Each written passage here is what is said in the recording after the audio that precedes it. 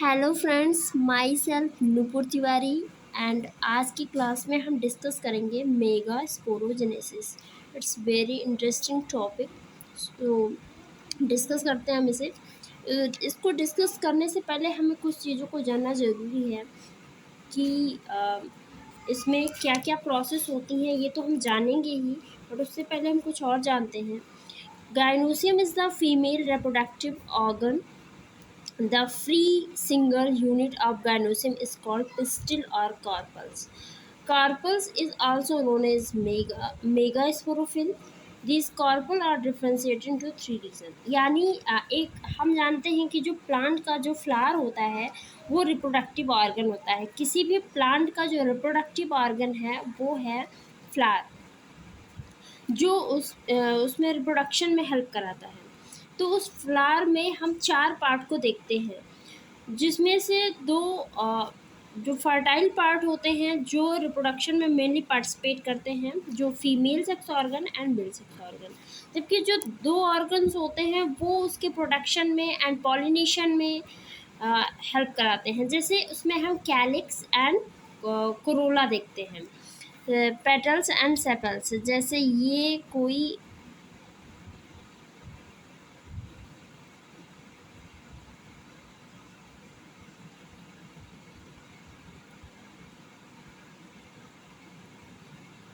बहुत अच्छा तो नहीं बना है, बट समझने के लिए काफ़ी है। ये देखिए, ये है कोरोला, यानी ये कोरोला पार्ट है और इसके सिंगल यूनिट को हम पेटल्स बोलते हैं। जबकि ये है कैलिक्स, इसके सिंगल यूनिट को हम सेफल्स बोलते हैं। ये है एंड्रोसियम, एंड्रोसियम पार्ट यानी मेल पार्ट, और इसके एक सिंगल यूनिट को हम स्टैमेन बोलते हैं। ये है स्टैमेन। और इस अगर हम टोटल मेल पार्ट को देखेंगे तो इसे बोलते हैं एंडोसियम। जबकि ये है पिस्टिल। ये गायनोसियम पार्ट है जो फीमेल पार्ट है, और इसकी यूनिट को हम पिस्टिल या कार्पल बोलते हैं। तो आई होप आपको ये चीज़ें समझ में आई होंगी। ये कलरफुल होता है, हमने आपने सबने देखा है कि ये कलरफुल होता है। तो कलरफुल होने की वजह से बहुत सारे इंसेक्ट इसकी तरफ अट्रैक्ट होते हैं और वो आकर यहाँ पे पॉलिनेशन में हेल्प कराते हैं। जबकि ये दोनों प्रोडक्शन में भी हेल्प करते हैं इसके। ये ग्रीन कलर का होता है जो नीचे लगा होता है इसके लोअर पोर्शन पे, एंड ये तो हम जानते हैं कितना अट्रैक्टिव होता है पेटल्स इसका। ये गायनोसियम पार्ट है। गायनोसियम पार्ट के बारे में आज हम डिस्कस करने वाले हैं कि इसमें माइक्रोस्पोर बनता है जो स्टामेन में, ये स्टामेन पार्ट का एंथर होता है। ये एंथर का एक सेक्शन देख रहे हैं हम, इसमें माइक्रोस्पोर बनता है। जबकि जो ये पार्ट है, ये पार्ट, इसमें मेगास्पोर का फॉर्मेशन होता है। तो आज हम मेगास्पोर यानी फीमेल रिप्रोडक्टिव ऑर्गन में जो मेगास्पोर का फॉर्मेशन होता है, आज हम उसकी स्टडी करने वाले हैं। तो आई होप आपको ये चीज़ समझ में आया होगा कि gynoecium is female reproductive organ and the free single unit of gynoecium is called pistil. जबकि जो कार्पल या पिस्टिल है इसको हम मेगा स्पोरोफिल भी बोल सकते हैं। Mega sporophyll. These carpel are differentiated into three regions: stigma, style and ovary. देखिए, जो कार्पल है या फिर जो पिस्टिल है इसे हम थ्री पार्ट में, थ्री जोन में डिवाइड करते हैं। स्टिग्मा, ये पोलन ग्रेन को रिसीव करने का काम करता है। अगर इसका फंक्शन क्या है, इसका वर्क क्या है कि जब पोलन ग्रेन इस पर आता है तो ये उसे रिसीव करता है और इसी पे पोलन ग्रेन जर्मिनेट भी करता है। माइक्रोस्पोर इसी पे जर्मिनेट करता है। स्टाइल पार्ट है जो स्टिग्मा और ओवरी के बिटवीन में प्रेजेंट होता है, एंड यहीं से इसमें से होकर पोलन ट्यूब नीचे जाती है माइक्रोपाइलर साइड पे। तो स्टाइल इसके बिटवीन प्रेजेंट होता है, एंड देन ओवरी एक स्वेलअप पोर्शन होती है। इसके अंदर ओव्यूल होता है। ओव्यूल को हम मेगा स्पोरेंजियम भी बोल सकते हैं, मेगा स्पोरेंजिया भी बोलते हैं। एंड इसके अंदर बनता है एम्ब्रियोसेक। और ये है थैलमस पार्ट। हम सब ने देखा होगा, फ्लावर तो हम सब देखते हैं, थैलमस पार्ट हम देख सकते हैं इन सारे पोर्शन को किसी भी फ्लावर में। तो थैलमस पोर्शन है। तो गायनोसियम फीमेल रिप्रोडक्टिव स्ट्रक्चर को यहाँ रिप्रेजेंट किया है हमने। अब नेक्स्ट हम देखते हैं the process of formation of megaspore, यानी from megaspore mother cell to inside the megasporangium is called megasporogenesis। यानी ऐसी प्रोसेस जिसमें मेगास्पोर का फॉर्मेशन हो रहा हो, जो हैप्लॉइड होगा क्योंकि मेगास्पोर है, तो मेगास्पोर का फॉर्मेशन किसके द्वारा? मेगास्पोर मदर सेल से, जो 2n थी, मेगास्पोर मदर सेल से जब मेगास्पोर का फॉर्मेशन हो, किसके अंदर हो? मेगास्पोरेंजियम के अंदर हो, यानी इसी ओव्यूल के अंदर हो, तो इसी को मेगास्पोरोजेनेसिस बोलेंगे। अब आप देख सकते हैं कि ये जो मदर सेल है, मेगास्पोर मदर सेल डिप्लॉयड है, इससे हैप्लॉइड बनना, यानी हम जानते हैं कि इसमें रिडक्शन डिवीजन हुआ होगा, मियोटिक डिवीजन यानी मियोसिस है, मियोसिस डिवीजन यहाँ पे प्रेजेंट है। तो मेगास्पोरोजेनेसिस क्या है? ये एक प्रोसेस है जिसमें फॉर्म होता है मेगास्पोर।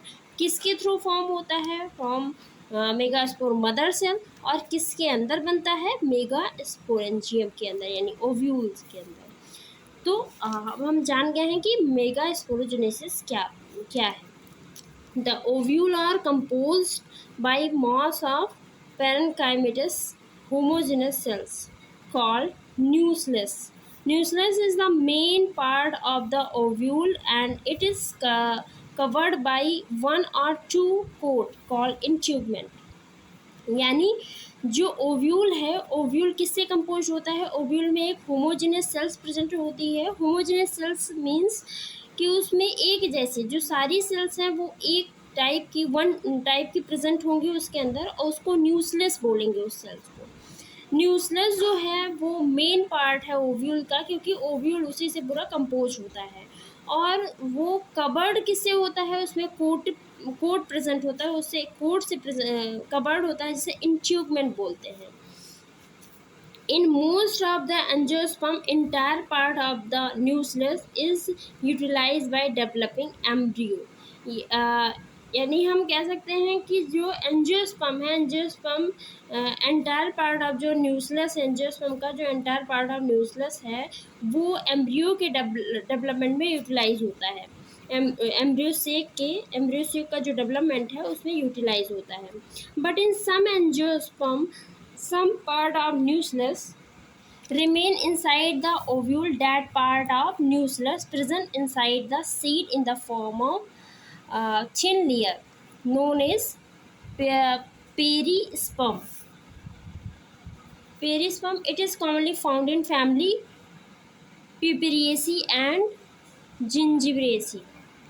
यानी ये कहना चाह रहा है कि जो एंजियोस्पर्म, मोस्टली एंजियोस्पर्म होते हैं, उनमें जो न्यूक्लियस पार्ट होता है वो एम्ब्रियोसेक के डेवलपिंग में पूरा यूटिलाइज हो जाता है। बट सम केस में क्या होता है कि कुछ एंजियोस्पर्म में जो न्यूक्लियस होता है वो बचा रह जाता है ओव्यूल्स के अंदर, ओव्यूल्स पार्ट में रह जाता है। और एंड जो न्यूक्लियस है वो सीड में, क्योंकि ओव्यूल बाद में कन्वर्ट होता है सीड में, तो हम इसे इस न्यूक्लियस सेल्स को सीड में देख सकते हैं, उसके एक थिन लेयर के रूप में देख सकते हैं। थिन लेयर बनता है सीड में, वो न्यूक्लियस ही होता है और उसको हम पेरिस्पर्म बोलते हैं।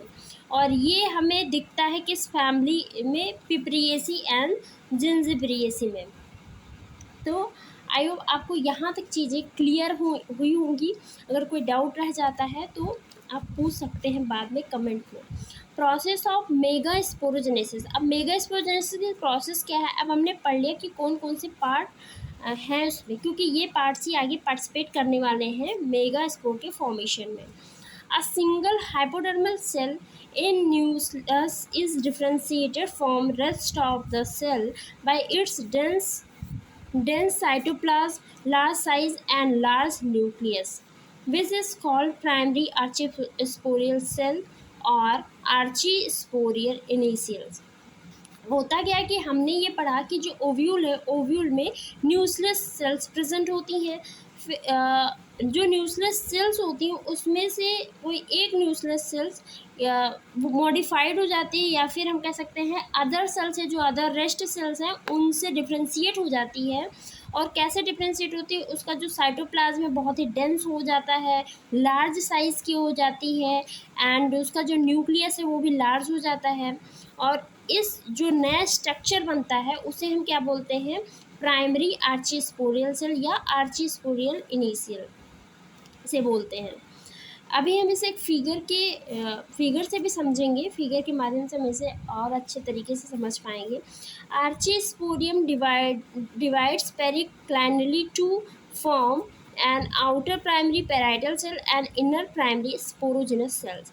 यानी अगेन क्या होता है कि जो आर्चीस्पोरियल सेल्स बनती हैं, जो न्यूक्लियस सेल आर्चीस्पोरियल सेल में कन्वर्ट हो जाती है, डिफ्रेंशिएट हो जाती है, तो ये आर्चीस्पोरियल इनिशियल्स या आर्चीस्पोरियल सेल ये डिवाइड होती है पेरिक्लेनली डिवीज़न के थ्रू, एंड ये बनाती है primary parietal cell and inner sporogenous cells, यानी आउटर बाहर की तरफ प्राइमरी पैराइटल सेल्स का फॉर्मेशन होता है and inner side sporogenous cells form होती है।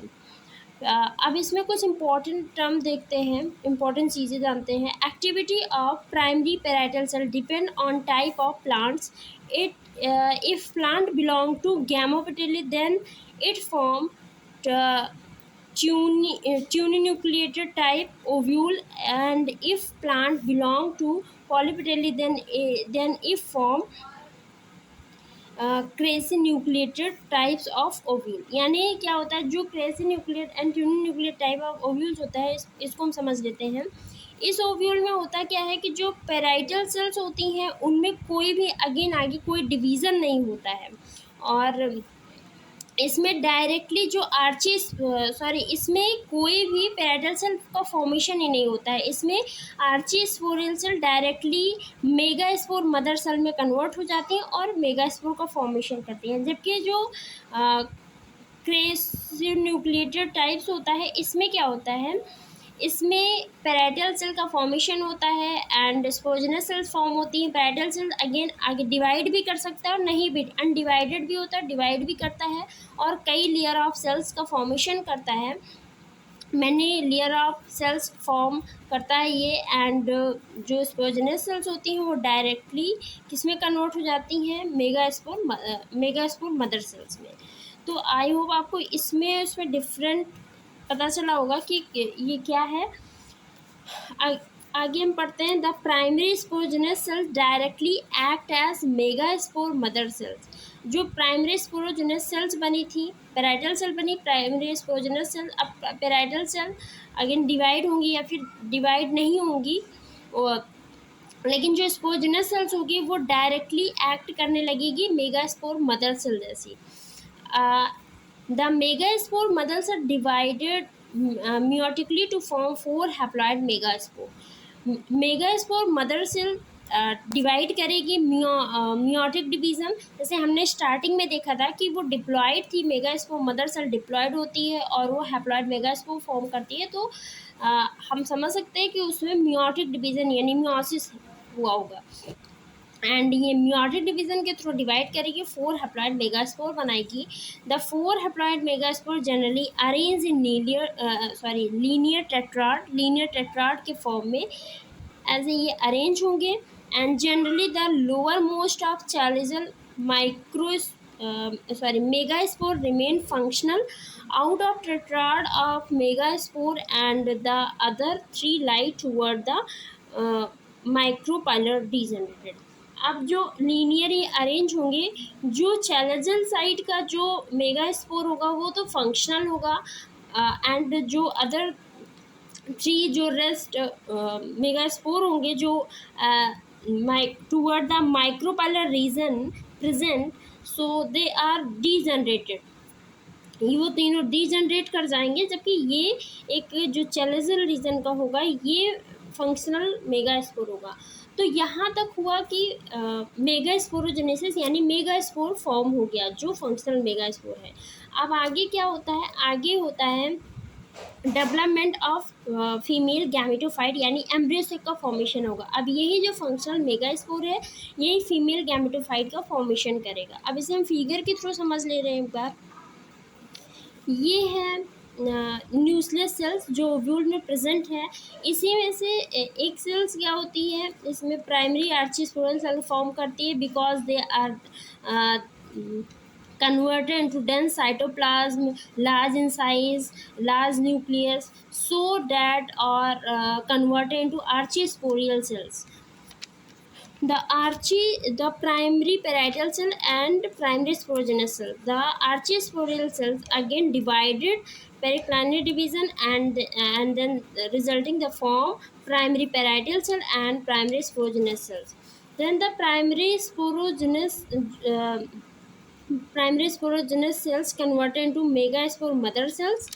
The megaspore mother cells are again divided through the meiosis division and form tetrad megaspore and they are arranged in linear way में arrange हो जाएंगे and again in this process the micropylar side of mega 3 rest megaspore are degenerated and only one megaspore are functional in the side of chalazion end. जो channel side का जो megaspore होगा वो functional होगा, बाकी के जो 3 रेस्ट होंगे वो डिजनरेट कर जाएंगे। तो ये हुआ मेगास्पोरोजेनेसिस। तो आई होप आपको मेगास्पोरोजेनेसिस प्रोसेस समझ में आई होगी। अब हम देन अगले अपने जो क्लास होगी हमारी वीडियो, क्योंकि ये बहुत बड़ी हो जाएगी वीडियो, तो हम उसमें फीमेल गैमेटोफाइट का डेवलपमेंट देखेंगे, एम्ब्रियोसेक का डेवलपमेंट देखेंगे। So thank you so much for watching the video.